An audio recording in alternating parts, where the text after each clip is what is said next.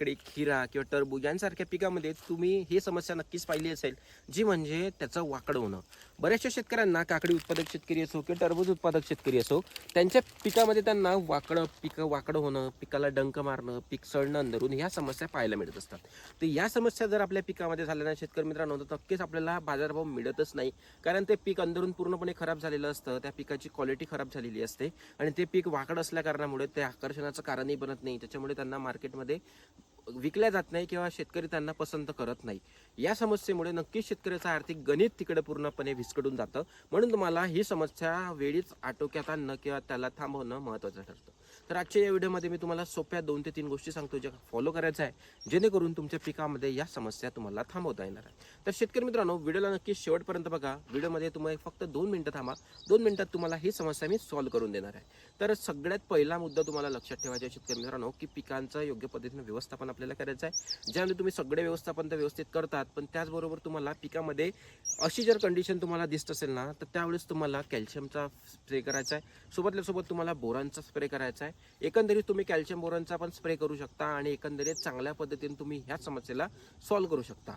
एक सगळ्यात महत्त्वाचं कारण इथं असते, सगळ्यात महत्त्वाची एक तुम्हाला गोष्ट सांगतो, जिच्यामुळे समस्या मेजर खूप मोठ्या प्रमाणात होत असते, ते म्हणजे फळमाशी. मित्रांनो, फळमाशी जेव्हा आपल्या पिकामध्ये येते ना, फळमाशी जेव्हा आपल्या पिकाला फळमाशी डंक मारते ना, तिथूनच पीक वाकडं होत असते. म्हणून तुम्ही फळमाशीला नियंत्रणात करणं खूप जास्त तिकडे महत्त्वाचं आहे. तर फळमाशी नियंत्रणासाठी वेगळे शेतकरी वेगळ्या उपाययोजना करत असतील. त्यामधली सगळ्यात सोपी उपाययोजना मी तुम्हाला सांगतो. याच्यासाठी स्प्रे सुद्धा आहे फळमाशी नियंत्रणासाठी.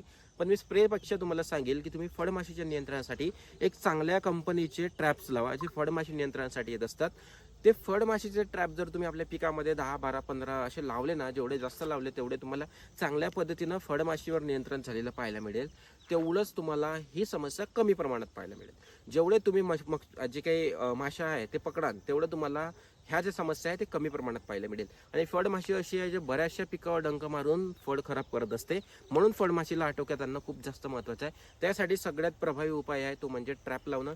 जेवढे जास्त ट्रॅप लावाल तेवढं जास्त तुम्हाला तिथून जे काही होणारं नुकसान आहे ते तुम्हाला थांबवता येणार आहे. म्हणून शेतकरी मित्रांनो, हे छोटीशी प्रॅक्टिस तुम्ही करून बघा आणि अशाच माहितीसाठी फॉलो करून टाका. आणि तुम्हाला कशाबद्दल माहिती पाहिजे ते मला कमेंट बॉक्समध्ये सांगा. कारण या समस्येमुळे नक्कीच शेतकऱ्याचं उत्पादन हे कमी होत आहे. शेतकरी मित्रांनो, मला सुद्धा या गोष्टीची जाणीव आहे. तुम्ही सुद्धा या गोष्टीला चांगल्या पद्धतीनं नियंत्रण करण्यासाठी या पद्धतीची उपाययोजना नक्कीच करा आणि आपलं उत्पादन हमखास वाढवा. धन्यवाद.